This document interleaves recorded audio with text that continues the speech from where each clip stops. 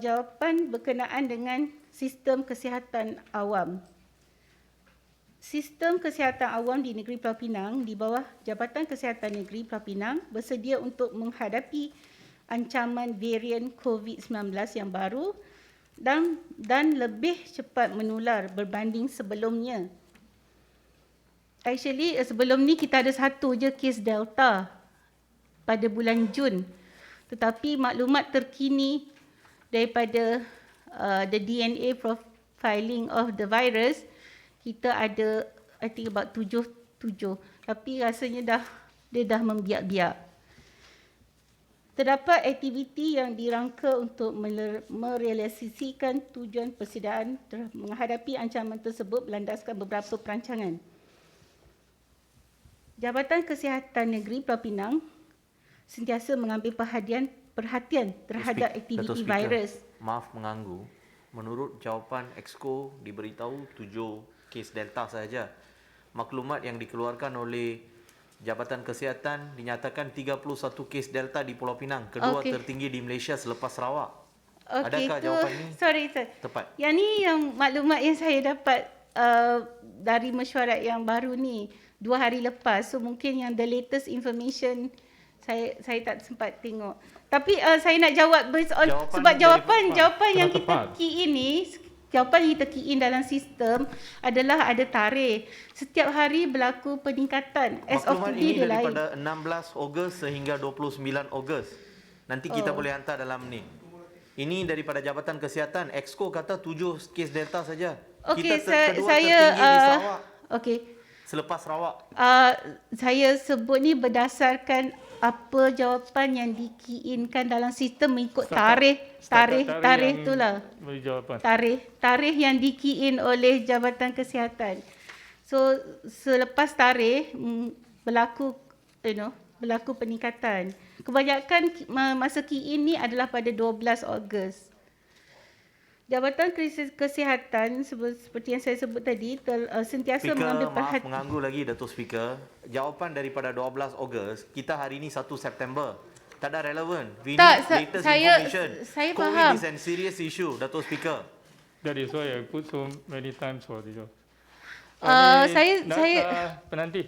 Ya, saya je nak terangkan jawapan-jawapan ini telah di-key in oleh jabatan berkenaan. Jadi kebanyakan jabatan berkenaan dia yang saya dapatlah dia key in, kebanyakan jawapan adalah pada tarikh paling lewat pun 12 Ogos. Jadi maaf. Saya baca maklumat yang tepat. Ya, saya faham. Duduk penanti, duduk juga. Saya bantu untuk perjelaskan kesemua jawapan yang telah dijawab dalam buku jawapan adanya timeline dia. Dia tak mungkin dapat maklumat ataupun perangkaan sehingga semalam. Ini perlu difaham oleh ahli-ahli yang berhormatlah. Tetapi jenis ini kalau memerlukan perangkaan yang terkini, Exco pun boleh bagi selepas Exco dapat perangkaan yang terkini lah. Itu saya rasa kena difaham oleh semua lah. Dan minta Exco teruskan soalan ini. Saya nak henti di setakat soalan ini untuk terima sedikit soalan tambahan. Okey. Ini seperti saya sebut ya, sampel yang dihantar untuk tujuan whole genomic sequencing ke Institute of Medical Research IMR untuk tujuan analisa penuh varian COVID-19. Aktiviti ini telah pun bermula sejak pertengahan 2021 dan sehingga 11 Ogos terdapat satu kes import varian Delta melibatkan seorang pengembara dari Costa Rica. Kes positif COVID-19 dengan variant of concern dan variant of interest mengikut negeri sehingga 17 Ogos varian Beta, 3 kes pekerja kapal saringan kontak rapat, 2 kes healthcare worker, breakthrough infection, kedua-duanya di Hospital Pulau Pinang, satu beralamat di SPU dan satu di Timur Laut. 1 kes kluster Jalan Kampung Bukit, dan 2 kes kluster lebuh kurau 3. Varian Delta, 1 kes pengembara dari Costa Rica telah disembuh. Saya minta maaf sebab ini yang di-key in oleh dan diluluskan, dan mungkin saya dah tanya actually daripada doktor tapi saya tak dapat yang terkini. Rujuk kepada lampiran, respon kesihatan awam terhadap COVID-19 juga sentiasa berterusan dengan menjalankan pemantauan surveilan COVID-19 secara sentinel bagi mengesan jangkitan COVID-19 dalam kalangan klien klinik kesihatan yang bergejala.